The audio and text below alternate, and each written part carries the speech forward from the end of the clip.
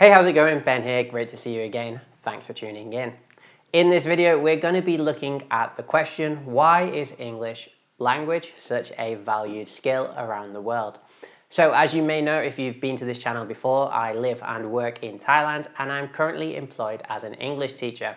Working as an English teacher in a far corner of the planet from your original home country does make you ponder the question, why is there such a high demand for English in this part of the world where English isn't the native tongue? From experience of living here, working here and looking for job opportunities, there's an absolute abundance of English teaching jobs here in Asia. And it does leave you with that question as to why exactly is that? And English isn't only in high demand here in Asia. I've worked online as an English tutor and had people from South America contact me, the Middle East contact me. And in many places in Europe, English is already at such a high level proficiency that they don't have that much demand for English teachers now, just because they simply speak English that well already. This video is a little bit different to the typical videos we make on this channel. Usually I make videos specifically about living and working in Thailand. This time I wanted to think about perhaps a broader concept and look at some of the reasons to answers of that question. I'd love to hear your feedback on this video, so let me know in the comment section what you think. Why is English such a valued skill? And if you appreciate these types of videos, then definitely let me know, because I did enjoy researching this video and it would be something I would definitely consider delving into further and looking at similar types of content to this for this channel. With that being said, let's dive into it and have a look at some of the potential answers to the question, why is English such a valued skill globally? I thought we would start with the numbers. So maybe you know already, English is definitely not the highest spoken native language. That would go to Chinese, as there are 1.3 billion native speakers of Chinese language. And in fact, surprisingly, perhaps to some, it's not even second. English is not even in second place.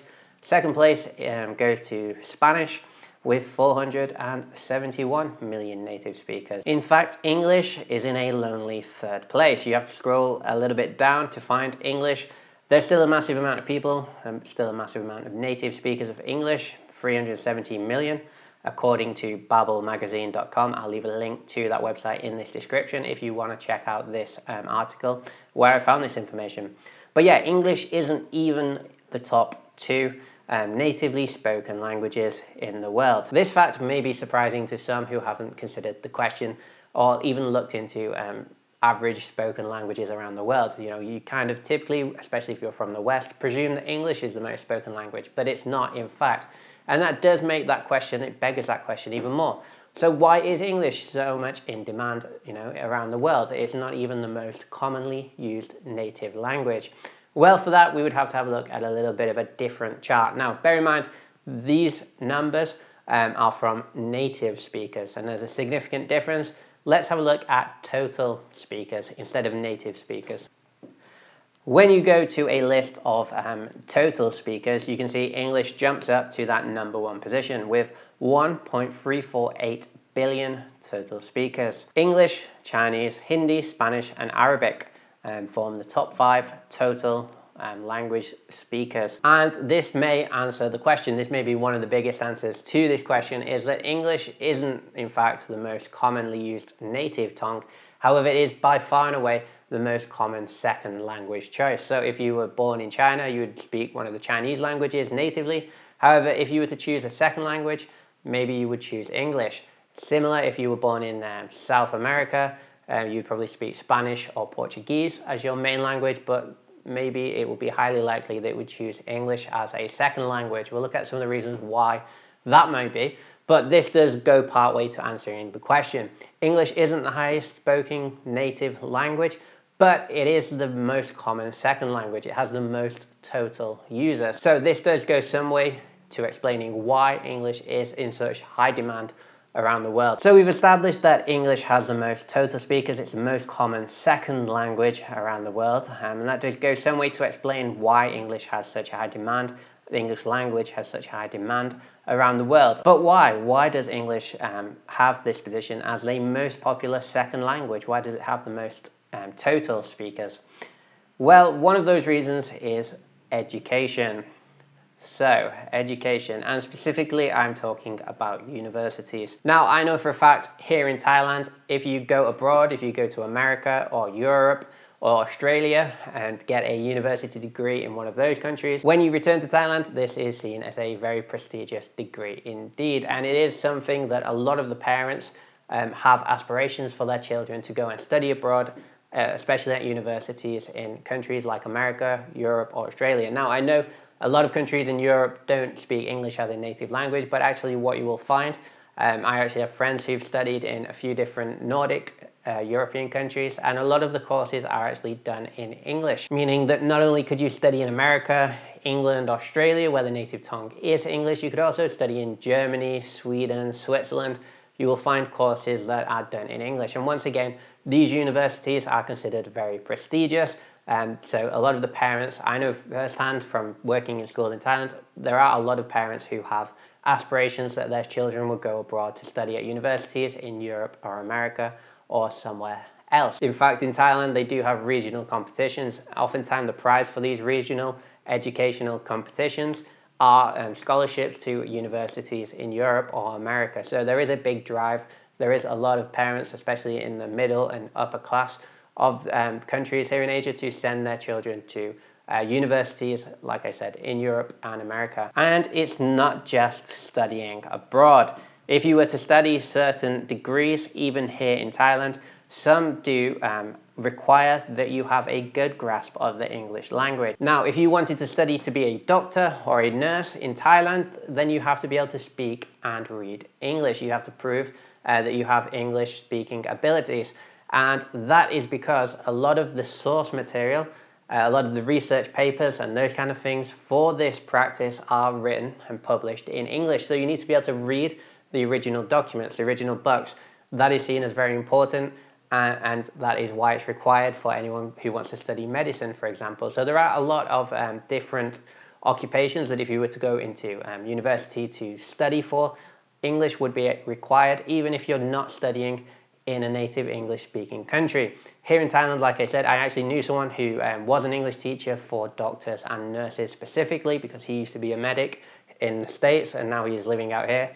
And that's a sort of niche he's found himself as an English teacher. And like I said, English is definitely required for medicine and probably a few other disciplines I'm unaware of, partly due to the fact that a lot of the research papers, a lot of the educational material, a lot of the books are written in English and they want you to read the original source material. But also with a subject like medicine, it's kind of got an international network. And like we said, as English is the most common second language, a lot of people will know English. So it's the easiest way to have that kind of social network and communicate with people, communicate with hospitals in different parts of the world using a common language, and you would probably pick the most common second language to do that in. So as we did briefly mention, one of the reasons why English is required for many of these, especially in scientific and medical degrees, is because a lot of the scientific journals, magazines are all published in English. So if you were to read them, the original source material, you'd have to be able to read and understand English. And more importantly, if you had aspirations to be published in any scientific journal, you would have to be able to write English very well, very proficiently, to be able to be published in one of these books. And obviously, education was our first point, but education leads to profession. So the second reason why English is so highly valued is for professional reasons. So many jobs will require English. If we talk, like we said, like we continue on this, if we continue on this thread of studying medicine, obviously the next step would to become a doctor or nurse. Once again, English is required to study medicine, but it's also required to get a job in a hospital. You have to be able to speak and read and communicate in English. And like we said, that's mainly because of the journals.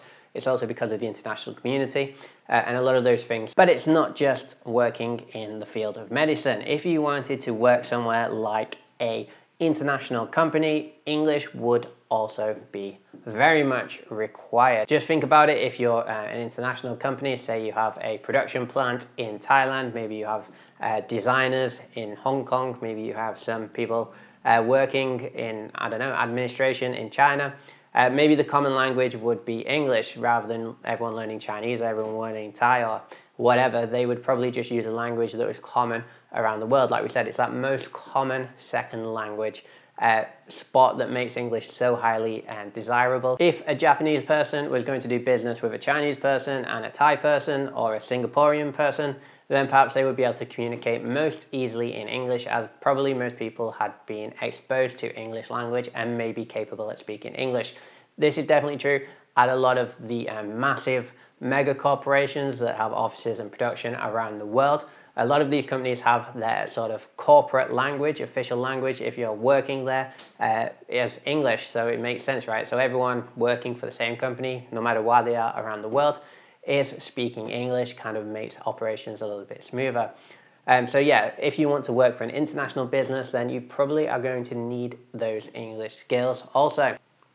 Another career that is becoming increasingly relevant in the modern world would be a computer coder. Now, it isn't that obvious, but actually if you've ever spent any time learning to code or any time practicing writing code, you'll notice that most coding languages are built on top of the English language. This is something I noticed when in my brief time studying, I think I was studying JavaScript. But yeah, actually you do need to understand basic English. You have to have some basic English skills because a lot of it is built on top of English. And what I mean by that, if you wanted to perhaps change the color of a website you were designing and you were using HTML or JavaScript to write that code to make those changes to that website, then the command you would start with would be color, right? You would use English words to write the code. Most code is formed or based or has some kind of structure that is written in English. So given that computer programming, given that coding is going to be an ever increasing job prospect for many people around the world as we get into a more and more digital age, I think this is another reason why the English language is so highly valued. It's because if you want to get into computer programming, then you do need to have a basic understanding of the English language. All right, so those were some of the professional reasons why English is in such high demand, and those aren't the only reasons why English is so highly valued. Another reason would be for travel and tourism. Now, if you want to travel the world, probably the most useful language to learn would be English. I think you can go to almost any country in the world and you would probably find at least one person who speaks English. So this makes travel much easier. Many of those people who go to work in the travel industries in other countries, English would be required. You see this often here in Thailand. If there's international travelers, often they will be using English to communicate with locals, especially in those tourist areas. English is very well spoken in tourist areas in a lot of places in Southeast Asia. And that is because tourism is a massive industry, especially in Thailand. Tourism, I think, is one of the biggest industries in the Kingdom of Thailand.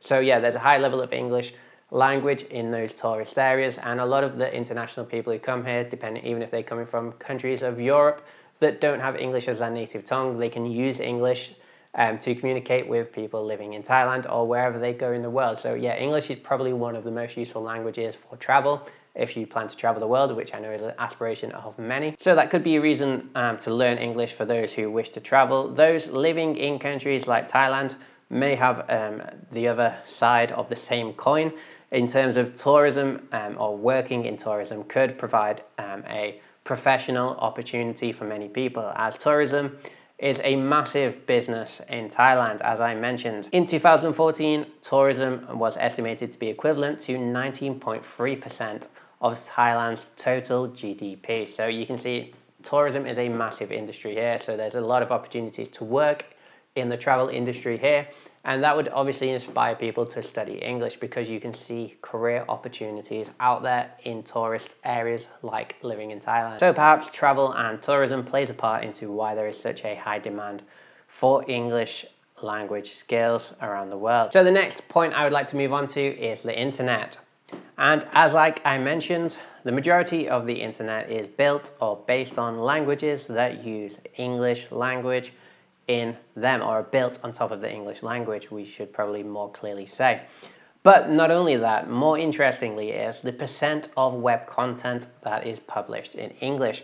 So this is a list I got from unbabbel.com, I believe is the website. I'll leave a link to this website in the description as well, so you can check it out for yourself. But English takes up a massive 55% of web content. I think that will be an ever increasingly more important point for as to why English is in such high demand and why it is so highly valued. That's an unbelievable amount when you consider it. The vast majority of web content is published and written in English. If we go down to number two is in Russian, and that's 5.9%. So you can see the vast difference in the amount of content being published in English. So I think that is a massive reason, especially for the younger generations, and going into the future, I think this will be an ever increasingly more important point as to why English is so valued. Finally, we're going to talk about entertainment. Now, most movies, or a lot of the classic movies from Hollywood, are published in English. So a lot of the entertainment, a lot of the cinema, or at least traditionally, maybe we're moving away from that as we move towards streaming platforms and observing content online. Maybe this will change. But in the recent past, the majority of the entertainment industry has been using English, has been written English, has been performed in English. So let's consider Hollywood as the shining example of that. And it's not just movies, but a lot of the music, a lot of the top bands around the world come from America or Europe and use English when writing music, or speak English when performing their songs. I know it's not everything, I know it's not the whole world, but a lot of the key development, at least in the recent past, has been published, sung, performed in English. So perhaps entertainment also plays a part. I imagine it does. Actually, speaking to people I tutor online, one of the most common answers I got as to how they started speaking English was they fell in love with an English TV show. Mainly Friends. A lot of people learn English simply because they loved watching the TV show Friends, and that got them into the path of learning and developing English skills. That does conclude this video. So if you found this video useful or entertaining, then please hit that like button and consider subscribing if this is a topic of interest to you. Also, if you live, work or travel in Thailand, then subscribe, because that is the predominant focus of this channel. I'd love to hear your thoughts and opinions on this topic in the comment section, so let me know. I'd also love to hear your thoughts and opinions on this style of video, as it is something that is a little bit new to me. So I would definitely appreciate any feedback as to give me a better idea as to where to pivot this YouTube channel. As I mentioned in the beginning of this video, one of the inspirations for me making this video and discussing this topic was the fact that I am an English teacher living in Thailand. And if you're interested in learning more about teaching English in Thailand, then I have made a video about that topic on this channel, and I'll leave a link here. So check that out if this is something you're interested in doing.